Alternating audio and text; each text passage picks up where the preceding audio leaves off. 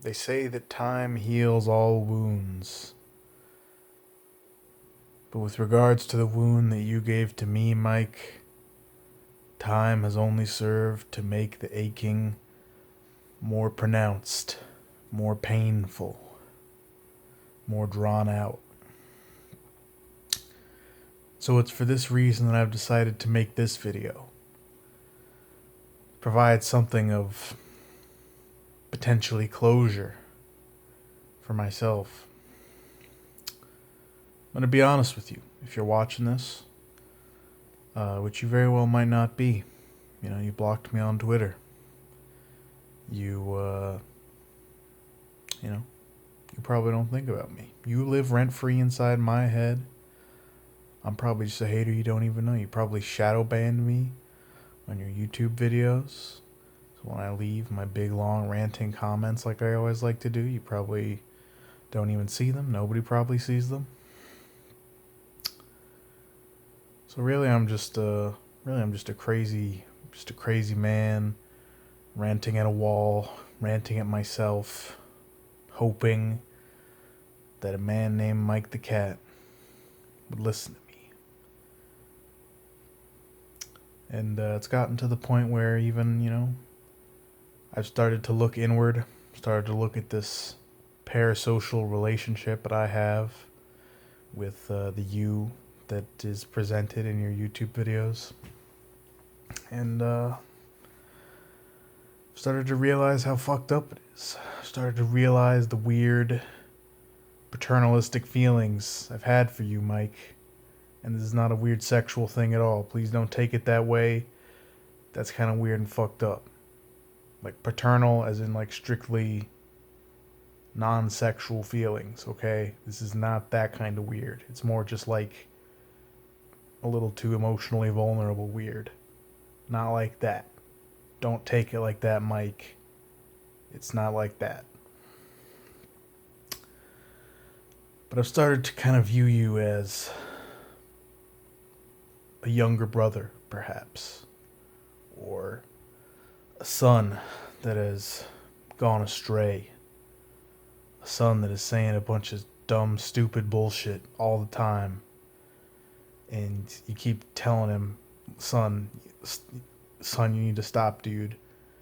Dude, this is really stupid what you're saying. And you need to stop. And here's what I'm telling you. And I'm giving you a big explanation about why this is stupid and why you need to stop. But he doesn't stop. And, this is someone that you care about. This is someone you have an emotional attachment to, emotional investment in, that completely ignores the the warnings that you put out. Not even so much warnings as the advice that you give, the help that you try to give to him. And like I said, I've looked inside myself and I've realized how weird that state of mind that I'm in is. And it's an odd thing. It's an odd thing to happen to me. And that probably stems from my own issues, which I'm not even going to get into, because that would definitely make this too weird to watch, even for myself, if I were to get into all that. But suffice it to say that our parasocial relationship, Mike, it's been sort of an outlet for me. It's been sort of an outlet for me to to utilize my new commenting skills I've picked up since watching internet comment etiquette. For one, that's one thing. An output for me to abuse my old self, I guess. I don't know if I've ever talked about it on this channel. Oh, I think I have. I must have mentioned it in some video or another. But I used to be quite similar to you, Mike. Not so much politically. I was never stupid enough to become an ANCAP. But as far as stances on social justice issues go, I was in the same boat as you. Admittedly, I was like 15, and you are, I don't know, from some of your videos, I can assume that you're out of high school, which is kind of fucked up and sad and scary to me. That you might potentially be older than me and have the mindset of me at 15. And if that's true, that's another thing, Mike. You banned me on Twitter despite us only having like 3 interactions on there, like 2 of which was me sending you videos, or no, one of which was that. Another was me asking how old you were in your DMs because I was really curious about that because that question kind of fucked me up and was really weird to me. And then the third was like when I just discovered you on Twitter, and your pinned post was like, "Hey guys, I'm trying not to swear on Twitter so much, so if you see me swearing, call me out on it and let me know." And I had seen like in the first tweet that was like not your pinned tweet, you were swearing in it, and so I was like, "Hey bro, watch the language, dude." And then you banned me, or you blocked me rather.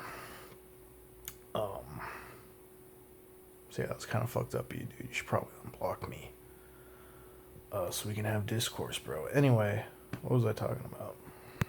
Where was I at? This. Oh boy. Yeah. So the idea that a man older than myself could have, this same exact mindset, and watching quite a few of Mike's videos, certainly I have watched all of the new ones that have come out since I subscribed to him, which was quite a ways back, a couple years ago. Except for some of the ones that are about like gun control, because like we kind of pretty much agree that gun control is bad. But yeah, watching those, I got a pretty good sense, I feel, of Mike's mindset and the ways that he thinks and the way that he perceives of the world. And it was, even more so than just the normal anti-SJW mindset, which is, pretty simple and obviously a larger one that my old self fell within too. But Mike's train of thought, again, from what I could construct from his videos, was pretty much almost identical to mine. And it doesn't help that he frequently will quote stuff from like the Internet Aristocrat, which now known as Mr. Medeker, who was really the first like anti-SJW YouTuber that I watched, and kind of kicked off the whole shebang for me. So like in one of his more recent videos where he talked about, transgender shit, he brought up this thing from fucking Jesus, probably like 5 years old now, like 5-year-old episode of fucking Internet Aristocrat. Talks about like John Money or whatever, which honestly, like, I have never heard anybody in any other piece of media really, or any other like YouTube video or anything, like talk about him at all or anything like that.